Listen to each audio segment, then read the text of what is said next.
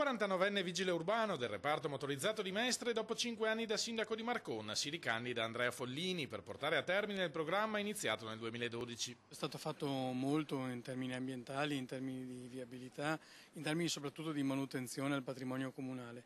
Da fare c'è un continuo rispetto a queste attività messe in campo, ci sono attenzioni da porre in modo particolare rispetto alle scuole, però insomma è un lavoro che è da completare con l'esperienza di chi l'ha maturata in questi 5 anni e la voglia e la determinazione di portarla avanti. Tra le priorità un maggiore peso di Marconna e la città metropolitana, l'unione dei servizi con gli altri comuni della zona, l'incremento delle attività giovanili, una palestra per Gaggio e soprattutto una nuova scuola. Sicuramente dal punto di vista delle opere pubbliche un'attenzione rispetto, come dicevo, al mondo della scuola, c'è necessità di andare a realizzare un edificio scolastico nuovo con le difficoltà che sappiamo che questa scelta comporterà. Sostenuto nella legislatura in scadenza dal PD, che stavolta ha scelto un altro candidato, Follini alza le spalle e si ripresenta con 2 liste civiche, ma non vuole fare del suo caso una bocciatura del sistema dei partiti in generale. Credo sia una positività che ci siano forze giovani o meno giovani che al di là dello schieramento di partito vogliono mettersi in campo per la propria città. Credo che questo sia un atto d'amore molto forte e sono contento che ci siano 2 liste civiche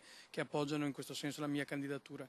Credo non sia però perso il tempo dei partiti, nel senso che la discussione politica, perché poi le scelte a questo sottendono, abbia ancora la necessità di luoghi di confronto. I partiti in questo senso forse hanno perso un po' di verve, ma devono tornare ad averla assolutamente.